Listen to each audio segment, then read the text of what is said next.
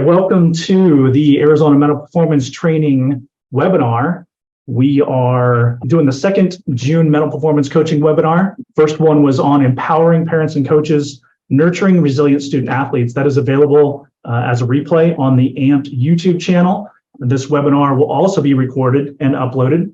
If you are listening live, if you're watching live, please share it with anyone you feel who would benefit from our discussion. Or afterwards, if you like what you see, you can share it from the YouTube channel.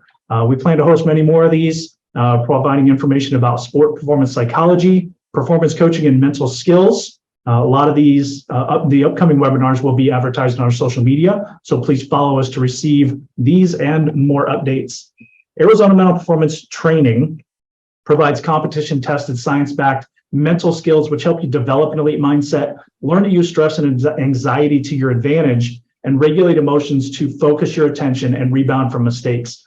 Now, this is a very deliberately developed statement. It's very important to me. I'm attentive to the material we teach because I want to ensure that our approach is based on recent research as well as time-tested skills that promote a mind-body connection for optimal performance. The skills we teach are universally applicable to every area of life. We're not just building strong athletes, we're building strong people.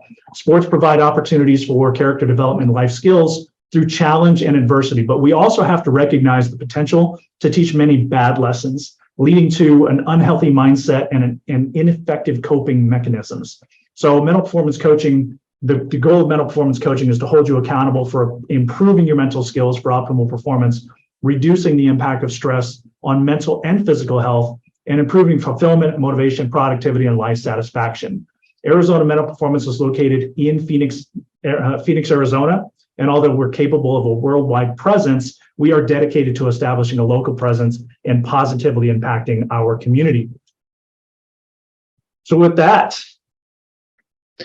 our mission today is to deliver a webinar to deliver this positive impact, which is going to be titled From Setback to Comeback. We're going to go over the mental side of physical rehab, and some of the things that we would hope that you would learn would be to understand the psychological impact of injuries on student athletes. So that means understanding the emotions behind the initial injury, the rehab, and then re-entering the sport itself, as well as developing mental resilience and focus during that rehabilitation. And for us, resilience is not about bouncing back, but it's about putting your foot in the ground and moving forward despite the injury. And so that means learning things that you can do to become a more well-rounded athlete during your injury. We want to equip athletes with these tools to stay sharp on the sidelines, which is practicing when you cannot practice, as well as fostering collaboration between mental performance coaches, physical therapists, parents, and sports coaches, because not everyone is so integrative like Scott here, where he kind of understands some of the importance of imagery and using these mental skills in his coaching. So unfortunately, we can't expect everyone to be an expert on mental performance, but we can utilize a diverse, integrated team to help better get you your rehab. Okay. So again, this webinar is being recorded. It will be rebroadcast on social media, including YouTube, live streaming on my Facebook page. And this is more just to educate ourselves on how to use technology more efficiently to bring the information that we have. For further information about our terms of use, privacy policy, and how we use this information, you can go to ArizonaMPT.com and check that out. My name is Neil Wattier. I am the AMP Director of Coaching. I have my Master's of Performance Psychology at National University. I'm an adjunct professor of psychology at Grand Canyon University. I'm also the GCU Men's Rugby Mental Performance Coach and soon to be retired U.S. Air Force veteran. And I am Todd Smith. I am an AMP Mental Performance Coach, former personal trainer through NASM, sports and exercise nutritionist through Precision Nutrition, neurolinguistic programming practitioner, as well as graduating this November with a performance psychology bachelor's and plans to move on to a master's in either kinesiology or applied psychophysiology.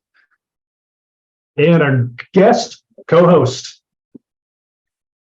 Scott Sassman here. I'm a physical therapist with Foothill Sports Medicine and Rehab. Been working in the Valley here for almost 10 years now in an outpatient sports orthopedic type setting. Earned my doctorate from Rocky Mountain University of Health Professions in Utah, and have a bachelor's in physiology from the University of Arizona. Awesome. We're happy to have Scott out as the expert in physical therapies, because we're going to be talking about that mental side of rehab. We're going to start things off with discussing some of the famous resilient recoveries. We'll go right into it. Tiger Woods, double stress fracture, multiple back injuries, and moves on to win in 2018 and 2019 after everyone thought he was washed up. Peyton Manning had multiple neck surgeries and a spinal fusion before getting cut for Andrew Luck and moving to Denver and setting multiple offensive records.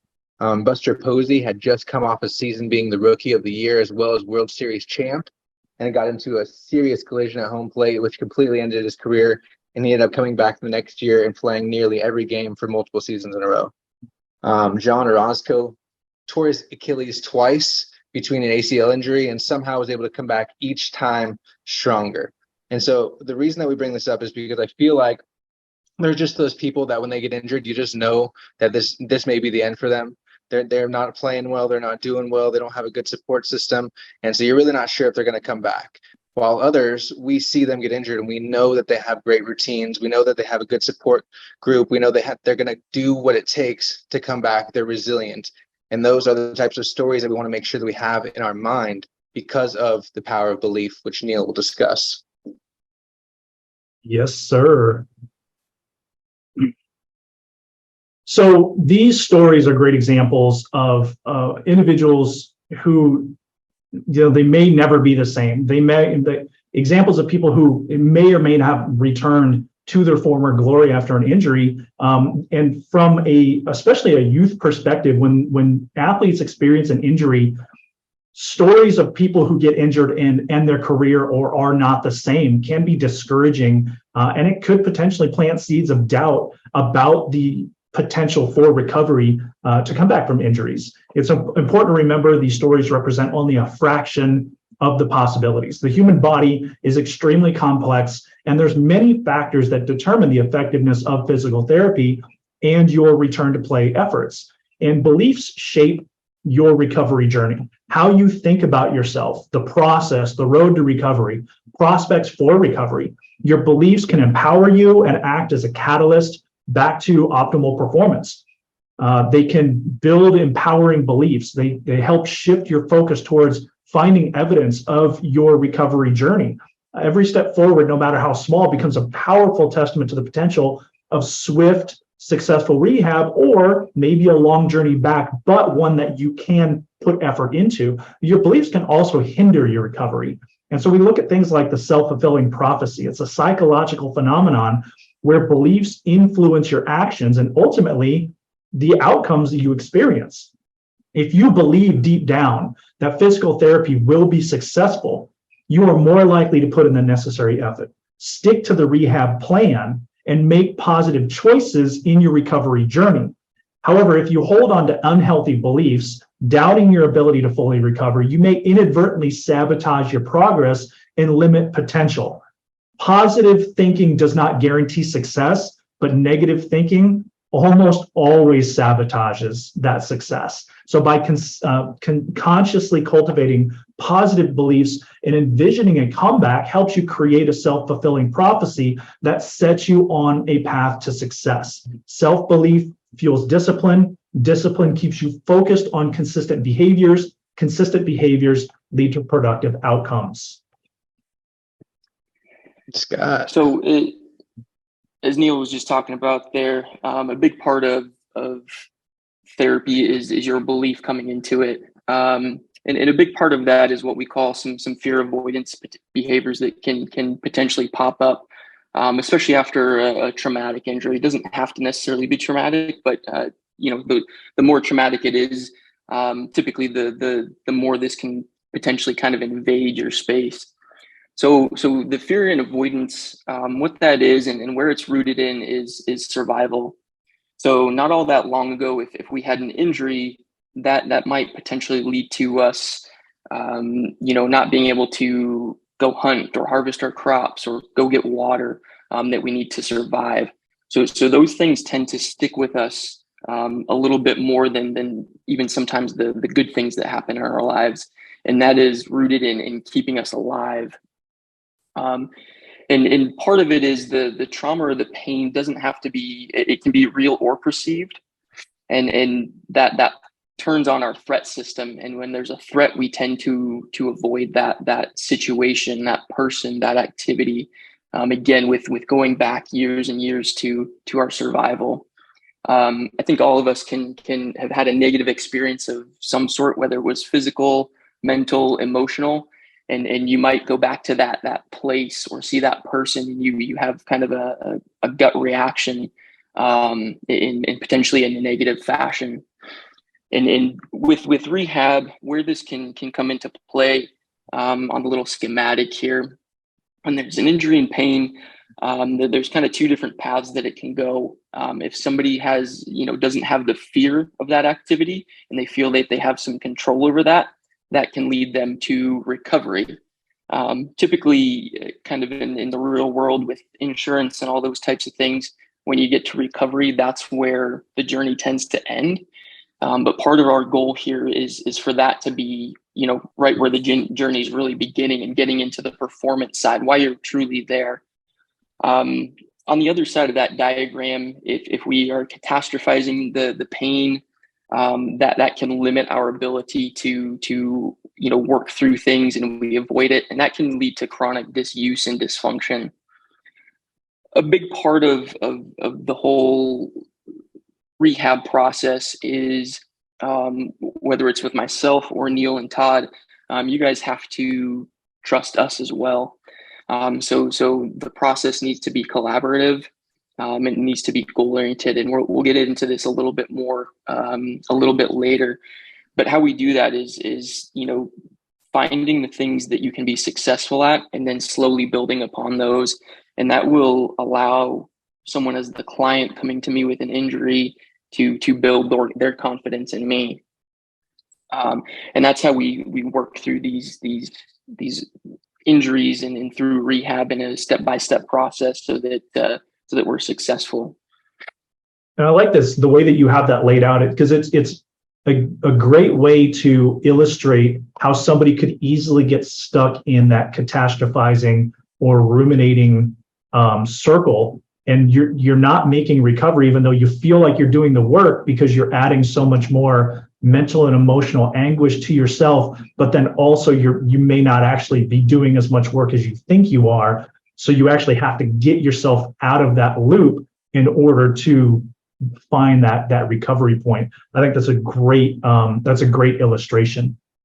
That's amazing. The goal is to break that negative feedback loop, and then jump over to this positive side where we're making those gains and finding the success that we're looking for. That's amazing.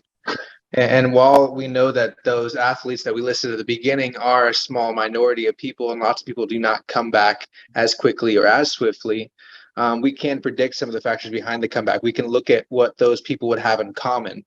And so I thought it was really awesome to hear that Scott's diagram there talked about not having fear and then obtaining a sense of control. So scientists were able to predict within 70% accuracy which people would return from the ACL reconstruction surgery within a year, by looking at mental outlook, by looking at sense of control, by determining which people believed that they could come back, which people were able to look at the things they were getting better at, were able to find those small wins, were able to find the things that they could be successful at, as Scott said. And then there was a review of 11 studies on fear and doubt, each time showing that it blocked or prevented an athlete from being able to come back, from being able to get into the groove.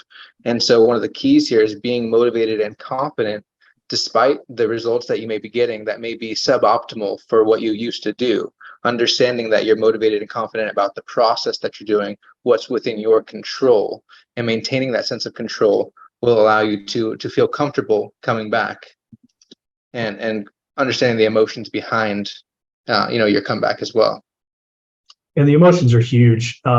This is one of my favorite books. I love this topic because people look at the idea of how does emotions play into this, and we saw that with Scott's diagram, and how you could you can almost feel somebody getting stuck in a rut or ruminating on problems or having low self-belief of their ability to come back and the emotions that would be tied with that. And strong beliefs are extremely powerful, but so are emotions, and because humans are very emotional beings. All of us experience strong emotions, but for many different reasons. And this idea that Trevor Moawad came up with was that idea of getting to neutral. It explores the power of emotional regulation being the key to consistent performance. The key is not getting too high or too low, not mechanical or robotic, but neutral, very business-like. Trusting the process, including stress and pressure, setbacks and learning opportunities leading to success. We talk a lot about mindfulness in mental performance coaching. Mindfulness is the non-judgmental awareness of your physical, mental, and emotional state. It's simply becoming aware, not labeling, not blaming, simply becoming aware of what you're feeling. And it helps you focus inward. Because we talk about locus of control and being able to do something about your situation, focusing less on the environment and more on yourself, because 99% of the time, what you can control or regulate is inside of yourself. You can't do anything about the performance environment. You can't do anything about the fact that you are hurt. That is a fact that you have to deal with. So the less emotional you can be, the more you can focus on the process of rehabilitation. So using that idea of mindfulness, non-judgmental awareness of your physical, mental, and emotional state, it helps you focus inward. It reduces your attention on the external environment. And by focusing inward and learning to regulate yourself, you become more effective in whatever the performance environment gives you. One of the models that I use to help people understand the idea of mindfulness and emotional awareness, I call it the Iowa model, IOA. So you start with identify. By identifying what you're feeling, verbally expressing your emotions brings them into focus and helps you begin the process of downshifting their intensity. If I can simply say out loud, I'm angry, I'm frustrated, I'm sad, I'm super pissed, whatever it is, whatever you want to label, one emotion to help you understand what you're feeling, not labeling, not judging, but you're just identifying. You know, emotions can be powerful and overwhelming, and by bringing them into focus, you gain a better understanding of your experiences. Verbalizing emotions by speaking them out loud or even writing them down can be especially beneficial. The next time you feel stressed, anxious, or frustrated, take a minute and identify it. Simply identify, I feel fill in the blank, right? It allows you to engage a more healthier and more introspective approach to understanding what you're feeling. Then you work into the idea of owning it, owning your emotions, acknowledge and accept without judgment. This is what I feel, period. Once you've identified the emotion, it's important to own them by acknowledging and accepting without judgment, because it paves the way for self-awareness, understanding, and a healthier relationship with yourself and others. Emotions are a natural part of being human. They are not positive or negative. I want you to take the idea of positive emotions and negative emotions, and I want you to remove that term from your vocabulary, because emotions are neither positive or negative. They are simply reactions to things that you experience. So you can use emotions, but right now what we're trying to do is we're trying to get that get to neutral mentality, right? So by identifying and then owning, not placing blame, not judging, you finally get to that act portion. And again, the act is not external, it's internal. It's the how of emotional regulation. So once you've identified and you own, you have the power to choose how to respond to what you're feeling. You can implement stress management techniques such as deep breathing, mental imagery, engaging in relaxation techniques.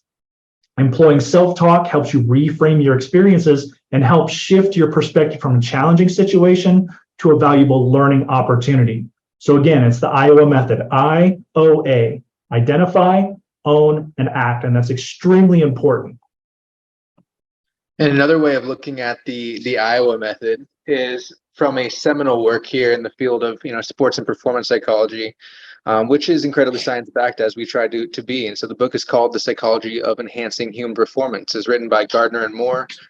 These two both wanted to make sure that they were really testing and vetting the resources being used out there, specifically psychological skills training, which we do use some of, but wanting to see what was science-backed, what was science proved. And there was a lot of research that showed that the mindfulness training that people were getting through specifically cognitive behavioral therapy, which is still used today, as well as ACT, which is acceptance and commitment theory, are both these hugely science-backed fields that they pulled from to move into the sports world and create what's called the MAC method. And so a very similar explanation to the Iowa method that Neil just discussed. But the MAC is going to stand for mindfulness, acceptance, and commitment. And mindfulness always being first, understanding that we need to not be so focused on detecting and eliminating negativity, but instead we train ourselves to have a non-judgmental focus on the present moment, which include both what's going on inside and outside of us, and understanding that none of that stuff is permanent. And so we learn to accept all this mental and emotional content, because without the acceptance, a further zoom in on yourself and look over how you're being ends up turning into a very judgmental and negative thing. The self-focused attention, and once you start discovering that you're feeling ways that you didn't necessarily mean to, then you start to judge that experience. So we have to make sure that the acceptance factor goes in there. And then commitment is really being committed to your sport and making sure that it lines up with what values and vision that you have for yourself. So making sure that you are, as an athlete, deeply committed to your sport because it is representing you as a person, that your behaviors and actions are constantly in line with your personal values. And that is supporting your athletic goals, because we're always understanding that athletes are ultimately human beings. And so the mindfulness, acceptance, and commitment theory and method is an amazing way to give people the awareness of what's going on, what they're experiencing, what emotions they're dealing with during the rehab experience, to accept those things, to accept them as a part of life, to get over them, to focus on what they can control, and make a commitment to acting in line with who they are and to their process. And I'm sure that is something used highly in the field of physical therapy that Scott utilizes. Yeah, definitely. So next, we're going to talk here a little bit about visualization in therapy. We put it as in therapy, but this goes well beyond just therapy itself, but can be a great component to the rehab process when you may be limited in your physical abilities because of the injury, surgery, all those types of issues. So some of the main concepts that we're going to touch base on here with visualization therapy or mental training is, for one, it needs to be brief. It needs to be as similar to the real world as possible, and it needs to be repeated. So we'll go into some more details here. So when they talk about these visualizations being brief, we're going to talk about it like somebody's working out. So we're going to use words like sets and reps here.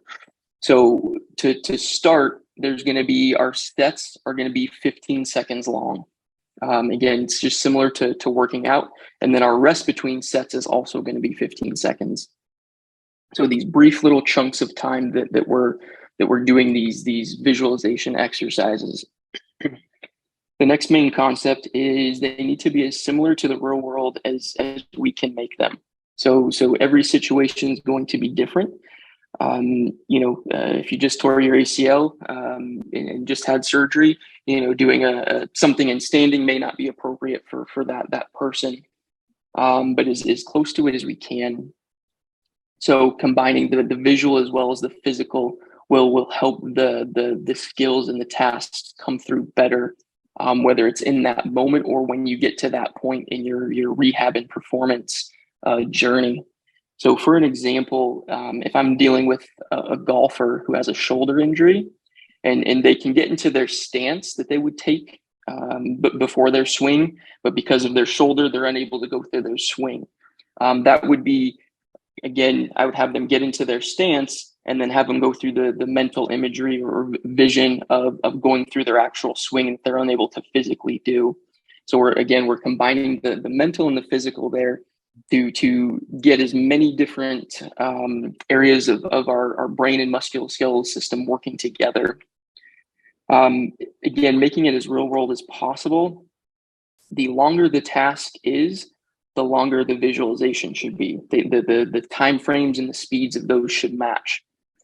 So after going back to our golfer, after you get into your stance, if it takes you 5 seconds to take your couple deep breaths, check where your feet alignment, and then go through your swing, then that's how long that particular, we'll call that a repetition. That's how long that repetition should take. If you take a little bit longer, once you're in your stance, checking where you're at, checking your feet, taking a few more deep breaths, and that whole process takes 15 seconds, then that's your 1 rep. And what you can do within these sets, if you're the golfer that does a 5-second routine, then you can fit 5 repetitions into one single set of 15 seconds. If you're that golfer that takes a longer period of time, you might only get 1 repetition within that 15-second period of time. The other big key variable within the visualization is it needs to be consistent and repeated. So they recommend doing 50 to 75 repetitions per session and repeating this 2 to 8 times a week. Sounds like a lot, but if you're sidelined because of your injury, there's a lot of time that you're unable to do some of those physical activities that you can then supplement that with the mental side of it.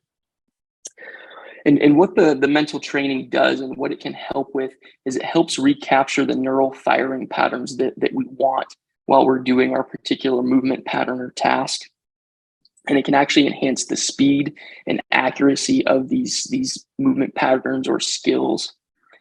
One thing that I want everybody to be clear on too is that we have to already have kind of a baseline for these activities.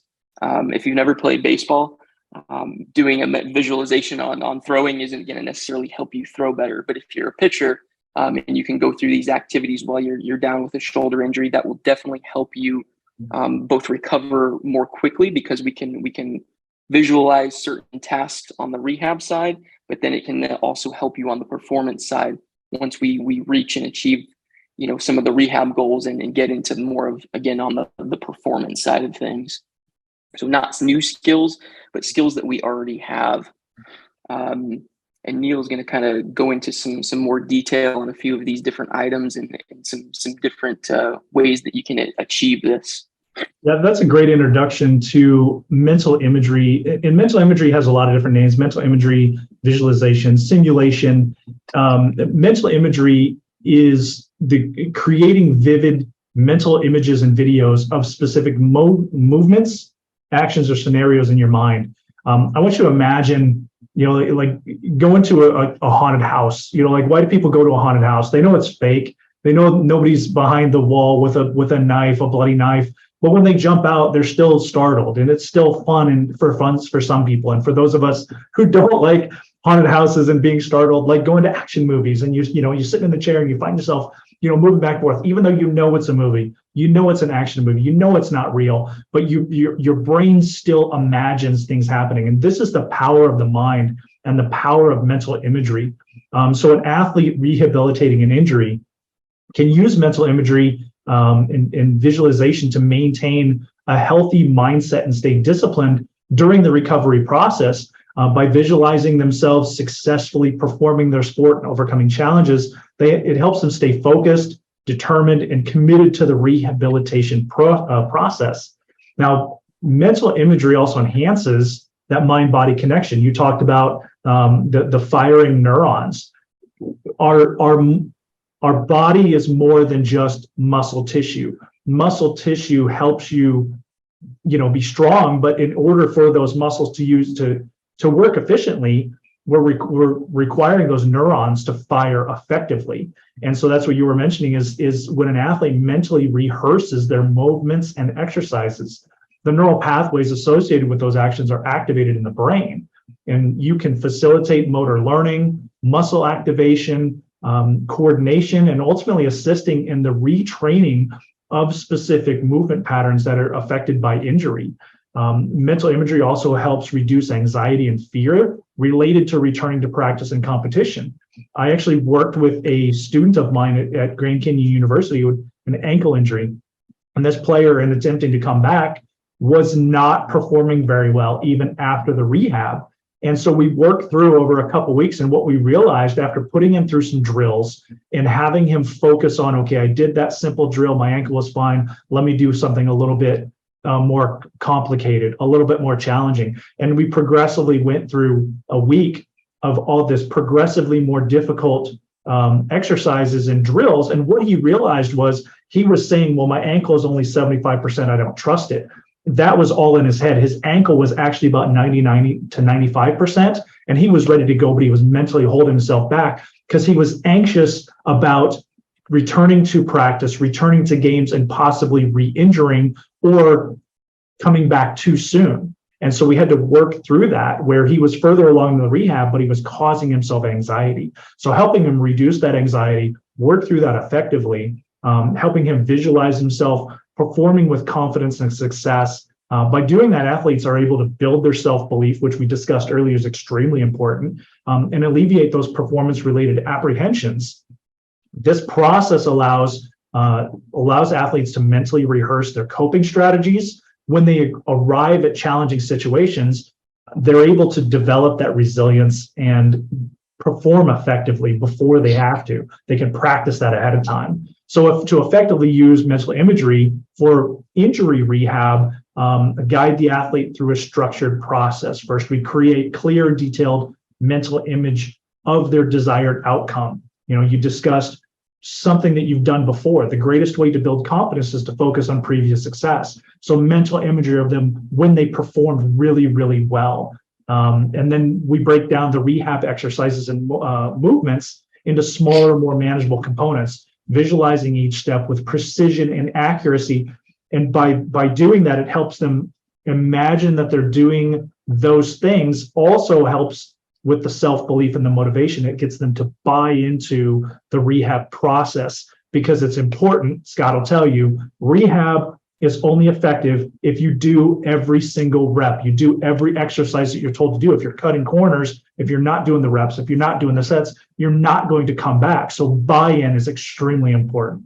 And during this practice, teaching the athletes to engage all their senses. And that's why I like mental imagery as opposed to visualization, because you think of visualization as, I see myself doing it. Well, what about touch and feel and smell and hearing, all these other things? I want you to completely immerse yourself in a past circumstance, a past performance, and then imagine yourself doing that again by completely immersing yourself in using every sense that you have, so that you can experience, not just see yourself, but actually experience yourself performing again in the near future. We gradually transition from, if that is too much, we might break it down and simply say, see yourself doing it. After they practice that for a little bit, then we build in the other senses. And it depends on the age and the ability. So we as practitioners need to make sure that we are flexible in our application, so that we're, somebody who does this really, really well very easily right away, okay, let's jump in and do it. But somebody else might need to be stepped into it a little bit easier. Yeah, I agree with everything Neil said right there. As far as incorporating, the visual imagery and getting as many senses as possible.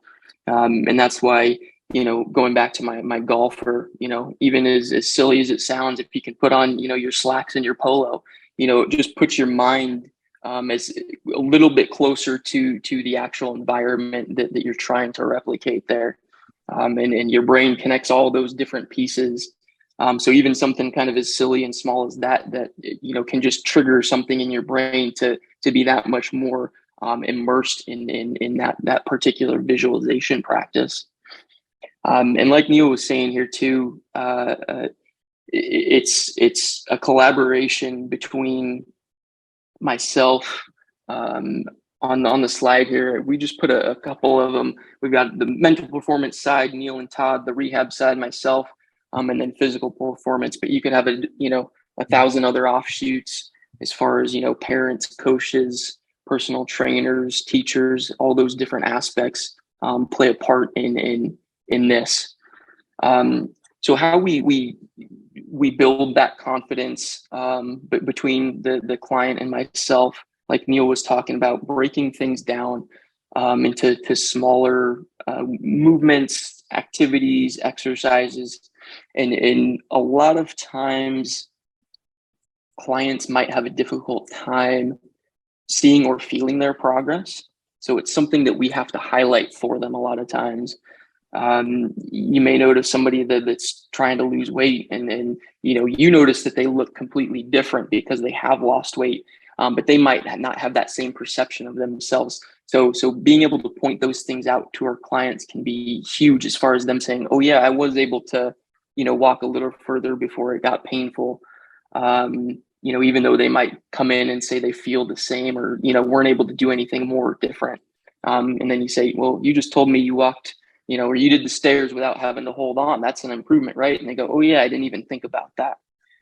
So that's a big part of how we, again, just build that relationship and kind of jump on the improvements. And it's not that we want to dismiss the other side of it, but we try and minimize, some of the negative things. Somebody has a bad day, hey, my knee was hurting a little bit more today. Okay, well, how'd you sleep? I didn't sleep well. Well, that might be why your knee hurts more. It's not because you've had an actual setback, just your body's not running on full cylinders today for whatever the reason might be. So again, just focusing more on the productive outcomes and changes versus dwelling on the negative side of things. We also want to discuss with them their fears and hesitations. Whether that's with myself, again, Neil and Todd are going to be great for this side of it. And even the parents and coaches, you guys might get other things that we don't get told, or you might see things that we don't see. And again, just bringing all these different areas together. Hey, Todd, my son or daughter was telling me this. Oh, they didn't mention that to me. Let's next time I see them, we'll kind of dive into that. We'll make a note on that. Another way that we can help them see their improvements is setting goals, and then checking those boxes as we meet those goals. So again, going back to our collaboration with Neil and Todd there, they're the experts in working through, I'm going to call them these mental blocks that folks may have. I see it in folks, and I'm able to chat with them about it, but ultimately Neil and Todd are going to be the ones that have the expertise to really dive into some of those specific topics and give them better ways to deal and cope with that. So that's where they can come in again, and not just on the rehab side. There's usually a gap between where rehab, like I mentioned earlier, typically ends and where really being back out on the field begins. So they can help bridge that gap on the mental side. When we're in the clinic and rehab, things are pretty safe and consistent and predictable. You get out on the field and that predictability goes down significantly. So we try and incorporate that as best as we can in the clinic, but the only way to know if you're, how you feel when you play is to get out there and move around and play.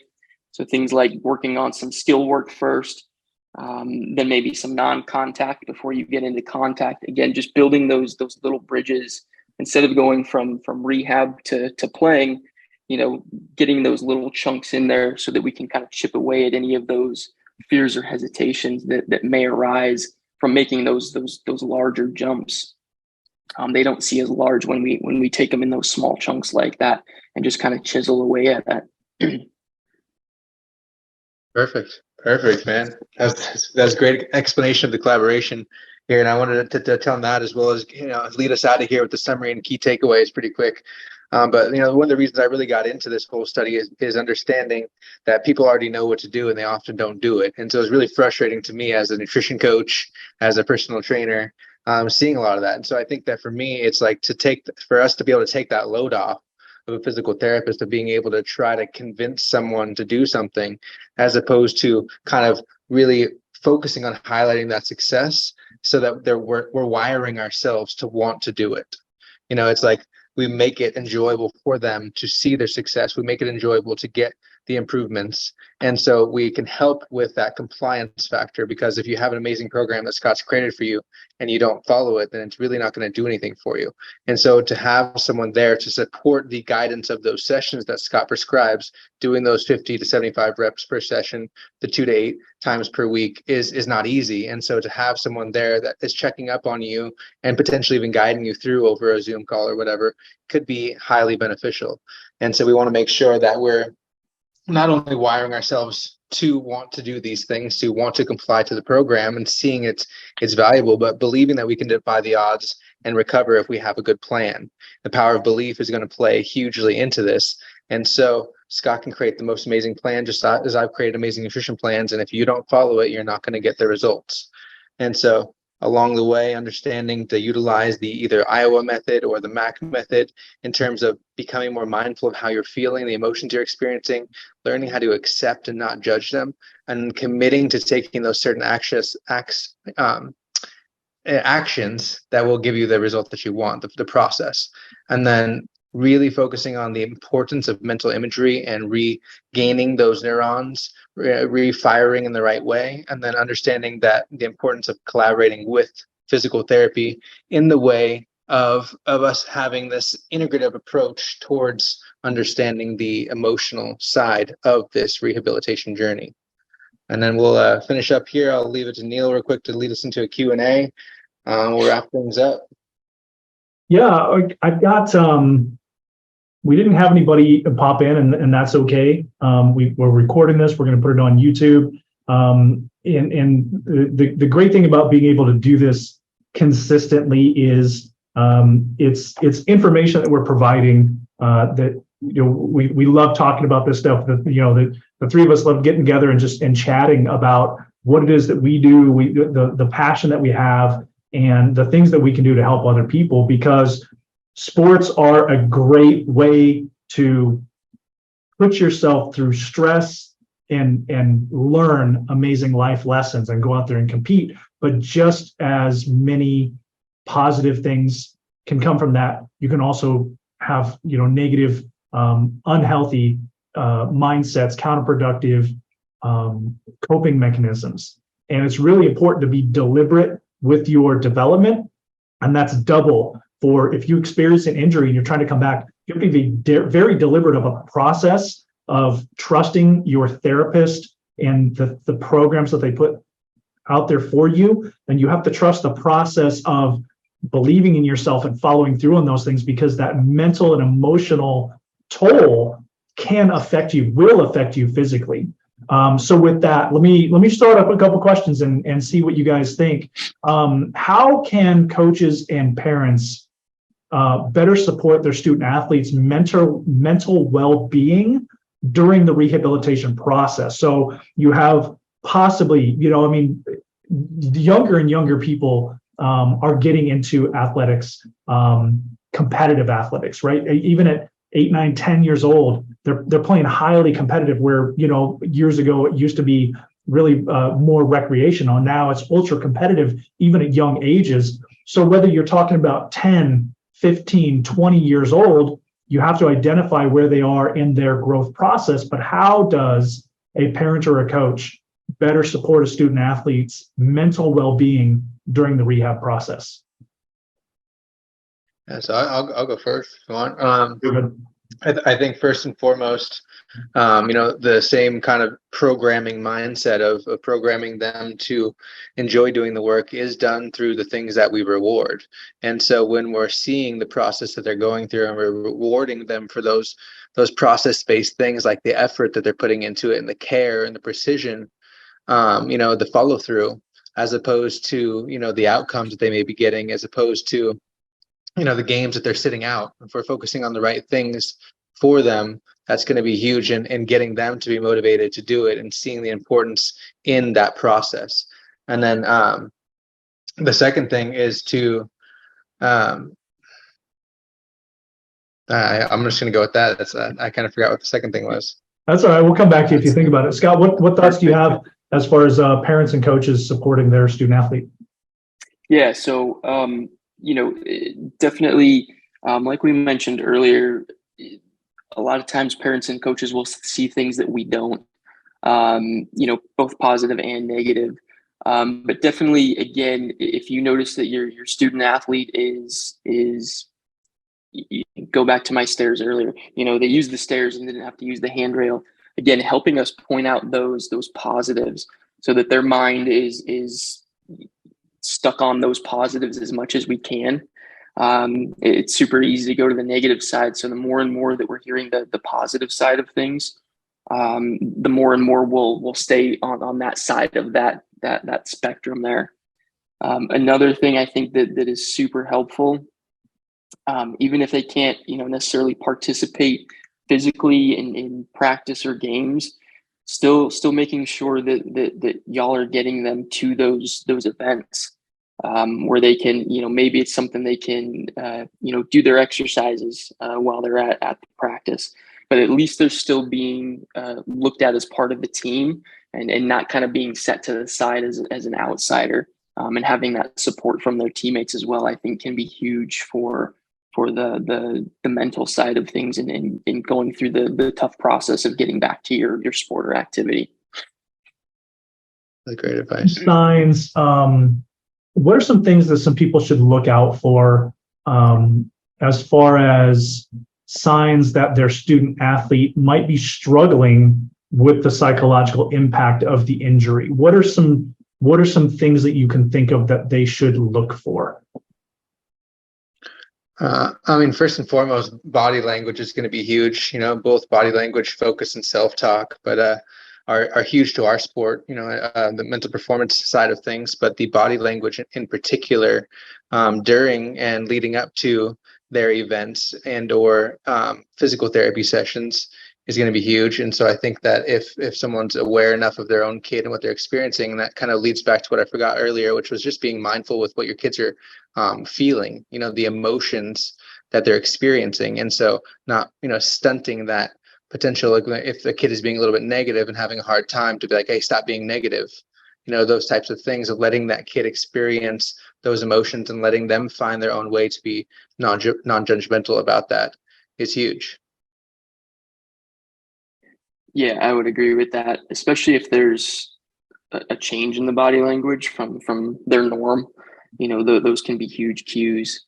Potentially if they're not wanting to come to rehab, obviously, look into that, make sure there's not something else funky going on, but, they might have this mental block, or, maybe it was painful at the last one. So they might not want to come back for that, or have some hesitancy there.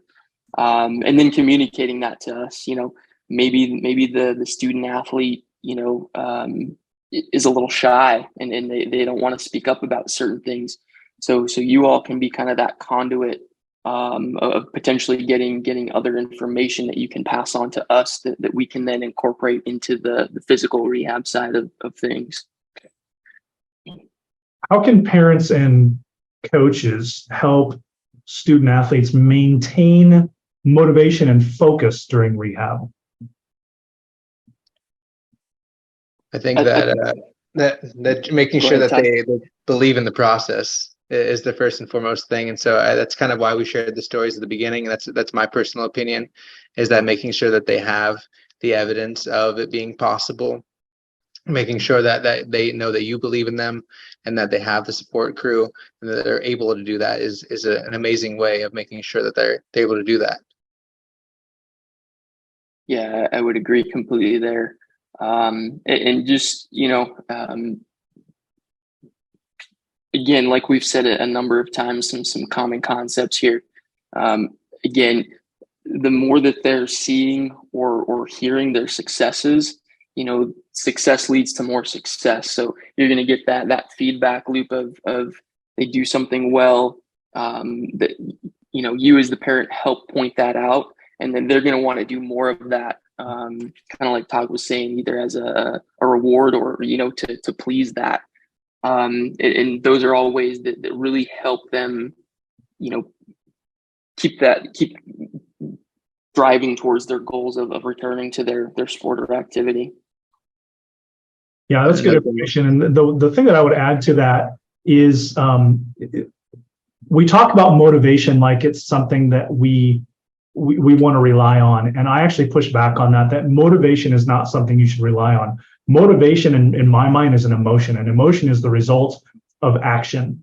And so if you want to feel motivated, you need to create and dedicate yourself to a process. So like Todd was saying, the process is what's going to get you there. How do you get to the top of the mountain? You take a whole bunch of steps to get yourself to the top of the mountain. No one step is more important than another, right? And so you have to make sure that you have a plan, you follow through on the plan. If you follow through on the plan, you feel confident, you feel motivated, and then you're going to continue to stick to that program because you're going to see the progress as you progress through that process. And so motivation is not something that we should be putting first and foremost. It's the process. It's getting them to buy into it, to have goals to work toward, and to have those mental images of what is it going to look like when I return, so that the feeling of motivation can be the result.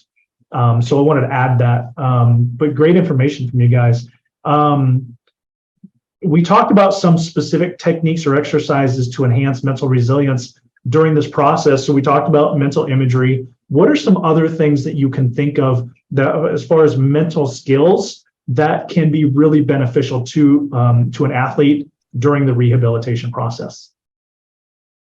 I'll touch on this first. I think that the cognitive behavioral therapy aspect way of looking at things would be learning to reframe, which is very similar to a growth mindset, which is learning that instead of saying like I'm really struggling right now, you're like, oh, I'm doing great at making small progress, and finding ways of reframing certain phrases you're saying to yourself. So that goes into the self-talk aspect. We talked about body language focus and self-talk being very important.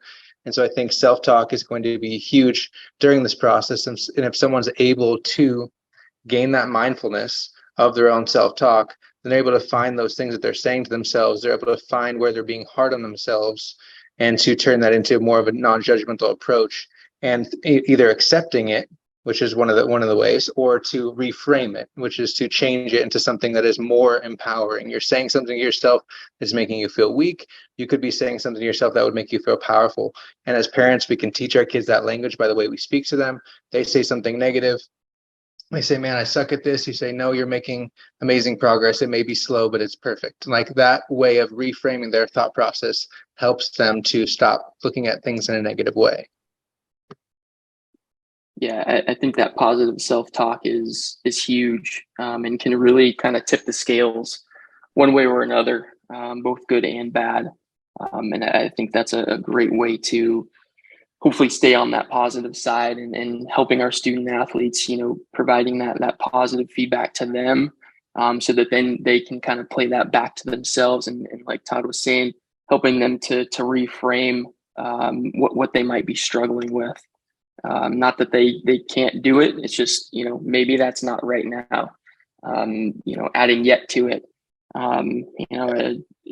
is a fantastic tool. One simple word that kind of changes the whole sentence around. And I think Todd touched on that earlier, but, you don't have to be able to do it now. There's other steps that we can take that will eventually get you there. And then just, again, breaking things down into those smaller, like Neil was saying, those steps up the mountain. Your step can be big, it can be small, but each way you're moving forwards in that sense. And I would add gratitude practice. This is one of my go-to, regardless of situations, sport, age. A gratitude practice is extremely important. So regardless of the circumstances, you can't control the circumstances, right? You can't control the performance environment. You can't control the opponent.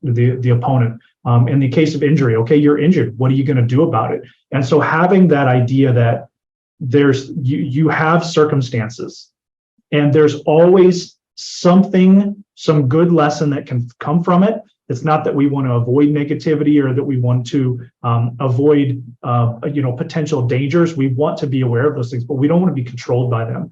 And so having a deliberate gratitude practice, not just journaling to journal, but a deliberate gratitude practice that gets you to focus on good things, is going to change your mindset It's going to get you to that optimistic attitude and perspective of what's possible if I put my mind to it, if I take the steps necessary. Will not guarantee success, but it will significantly enhance my ability to stick to the process. And a lot of my experience in the military and experience in coaching, I've really found that there's the leadership style, my communication style really comes down to two things: empathy and accountability. Empathy, because especially in this circumstance, yeah, you got injured, that sucks, right? And legitimately give people that empathy to say what you're experiencing is difficult.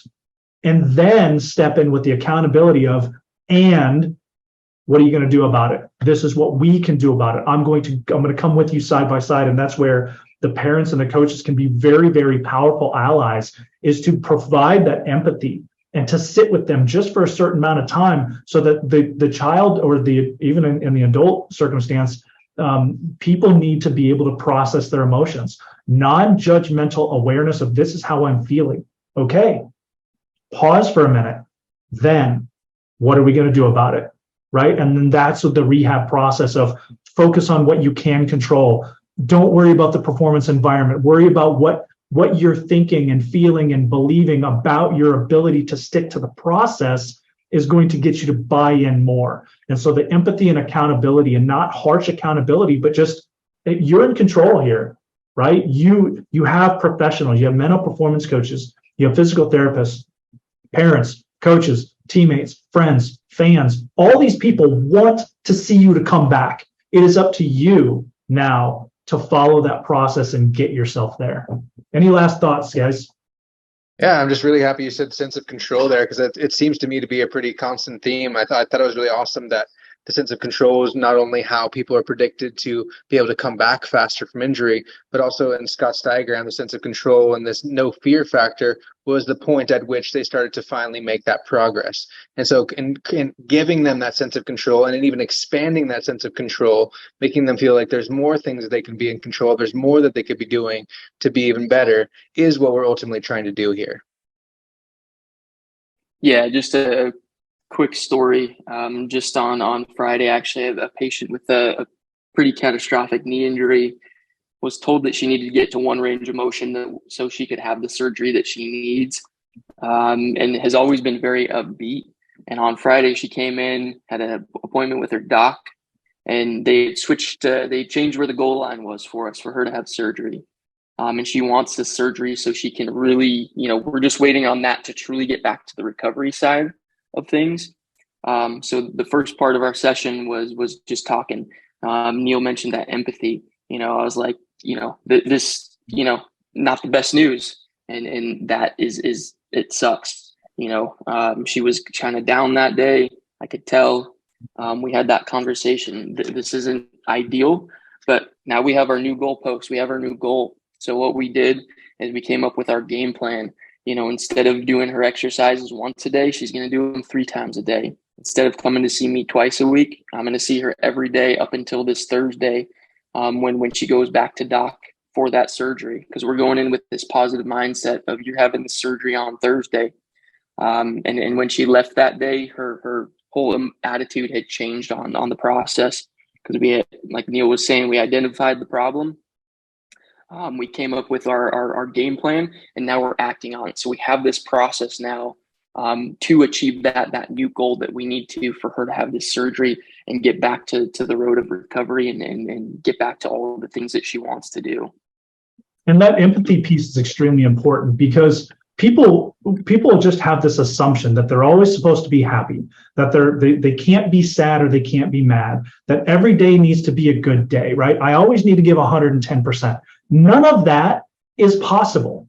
Yeah, we love to say it as like these bumper sticker motivational exercises, but nobody can be 100% every single day. Nobody's going to be on point every single day. And so I heard something recently, and I think it's a good theory, and I think it's pretty accurate. The more I think about it, it's the rule of thirds.